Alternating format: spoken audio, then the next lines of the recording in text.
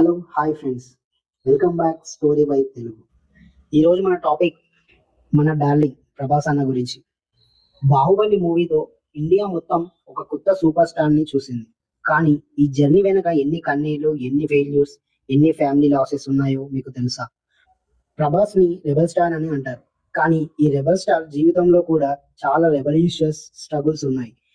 ఈ వీడియోలో Prabhas real life and struggles, family background, career లో ఫెయిల్యూర్స్, పర్సనల్ లైఫ్ గురించి ఫుల్ డీటెయిల్ గా చెప్తాను. వీడియో చివరి దాకా చూడండి. Number 1, family background. మన డార్లింగ్ అసలు పేరు వెంకట సూర్యనారాయణ ప్రభాస్ రాజు ఉప్పలపాటి. ఇతను పుట్టింది చెన్నైలో. ఫిలిం ప్రొడ్యూసర్ ఉప్పలపాటి సూర్యనారాయణ రాజు మరియు శివకుమారి దంపతులకు ప్రభాస్ అన్న ఫ్యామిలీకి సినిమాతో డైరెక్ట్ కనెక్షన్ ఉంది. ఇతని uncle legendary actor Krishnam Raju rebel star అనే టైటిల్ తో ఆల్రెడీ తెలుగు సినిమాలో పేరు తెచ్చుకున్నారు. కానీ ఇంట్రెస్టింగ్ విషయం ఏంటంటే ప్రభాస్ డైరెక్ట్ గా సినిమా ఇండస్ట్రీలోకి రాలేదు. ఇతను హైదరాబాద్ లోని శ్రీ చైతన్య కాలేజ్ లో ఇంజనీరింగ్ డిగ్రీ చేశారు. తర్వాత విశాఖపట్నంలోని సత్యానంద్ ఫిల్మ్ ఇన్స్టిట్యూట్ లో యాక్టింగ్ నేర్చుకున్నారు. అందుకే ఫ్యామిలీ బ్యాక్గ్రౌండ్ లో ఉన్నా కూడా ప్రభాస్ కెరీర్ ని ఈజీగా స్టార్ట్ చేయలేదు. తన దారిని తాను క్రియేట్ చేసుకున్నాడు. Number 2, early career and struggles. 2002లో ఈశ్వర్ మూవీతో ప్రభాస్ డెబ్యూట్ చేశారు. కానీ ఆ మూవీ బాక్స్ ఆఫీస్ ద్వారా పెద్ద ఇంపాక్ట్ క్రియేట్ చేయలేదు. తర్వాత 2003లో రాఘవేంద్ర వచ్చింది. అది కూడా ఎక్స్పెక్టెడ్ రిజల్ట్ ఇవ్వలేదు. చాలా కొత్త యాక్టర్స్ లానే ప్రభాస్ కి కూడా ఇనిషియల్ రోజుల్లో రిజెక్షన్స్ అండ్ ఫ్లాప్ మూవీస్ ఇండస్ట్రీలో ఎస్టాబ్లిష్ అవ్వడానికి పోరాటం ఫేస్ చేశారు. 2004లో వర్ష మూవీతో ఫస్ట్ మేజర్ బ్రేక్ త్రూ వచ్చింది. కానీ దాని తర్వాత కూడా కొన్ని ఇయర్స్ పాటు మిక్స్డ్ రిజల్ట్ వచ్చాయి. కొన్ని హిట్స్, కొన్ని ఫ్లాప్స్. 2005లో ఛత్రపతి మూవీతో యాక్షన్ హీరో ఇమేజ్ గట్టిగా సెట్ అయింది. కానీ ఇంకా పెద్ద పాన్ ఇండియా రికగ్నిషన్ కోసం ప్రభాస్ చాలా సంవత్సరాలు వెయిట్ చేయాల్సి వచ్చింది. ఇది ఒక డికేడ్ పైగా patience struggle. Number 3, Baahubali the turning point. 2015లో ఎస్ఎస్ రాజమౌళి డైరెక్షన్ లో బాహుబలి ద బిగినింగ్ వచ్చింది. ఈ మూవీ ప్రభాస్ కెరీర్ ని కంప్లీట్లీ మార్చేసింది. ఓవర్ నైట్ గా ఇతను ఒక రీజనల్ స్టార్ నుంచి India first pan India superstar గా మారారు. 2017లో వచ్చిన బాహుబలి 2తో ఈ ఇమేజ్ ఇంకా స్ట్రాంగ్ అయింది. కానీ ప్రతి పీక్ తర్వాత ఒక ఛాలెంజ్ ఉంటుంది. బాహుబలి లాంటి మ్యాసివ్ సక్సెస్ తర్వాత ఆ లెవెల్ ని మెయింటైన్ చేయడం అనేది చాలా కష్టమైన పని. బాహుబలి తర్వాత ప్రభాస్ ఎక్స్పెక్టేషన్స్ హైగా వెళ్ళిపోయాయి. కానీ తర్వాత వచ్చిన మూవీస్ ఆ ఎక్స్పెక్టేషన్స్ ని మీట్ చేయలేకపోయాయి. 2019లో సాహో వచ్చింది.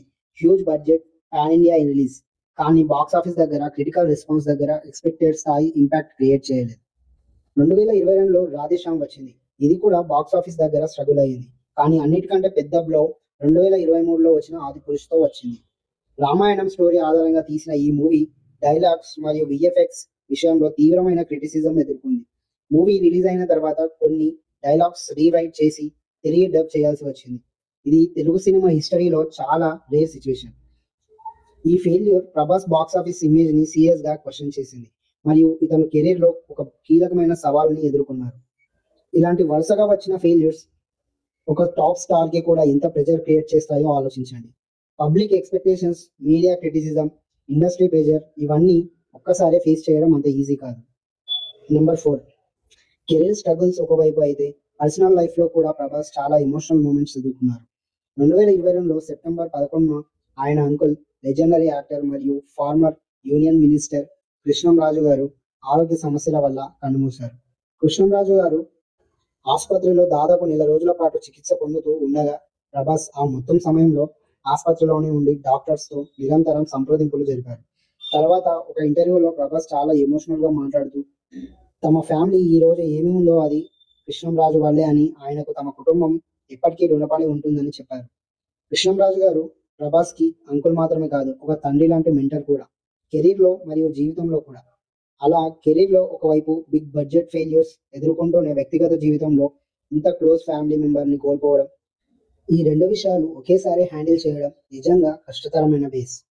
ప్రభాస్ పర్సనల్ లైఫ్ గురించి మీడియాలో ఎప్పుడు చాలా ఊహాగానాలు జరుగుతూ ఉంటాయి. ముఖ్యంగా ఆయన పెళ్లి విషయంలో. ఒక టాక్ షోలో ఈ విషయం అడిగినప్పుడు ప్రభాస్ నవ్వుతూ తనకు కూడా పెళ్లి గురించి ఇంకా స్పష్టత లేదని, కానీ ఏదో ఒక రోజు తప్పకుండా పెళ్లి చేసుకుంటానని చెప్పారు. ఇది ఆయన సొంత మాటల్లోనే. బయట ఊహాగానాలు ఎన్ని వచ్చినా ఆయన తన ప్రైవేట్ లైఫ్ ని బహిరంగంగా డిస్కస్ చేయడానికి ఇష్టపడరు. ఈ అన్ని ఫెయిల్యూర్స్, పర్సనల్ లాసెస్ తర్వాత కూడా ప్రభాస్ కెరీర్ ని ఆపలేదు.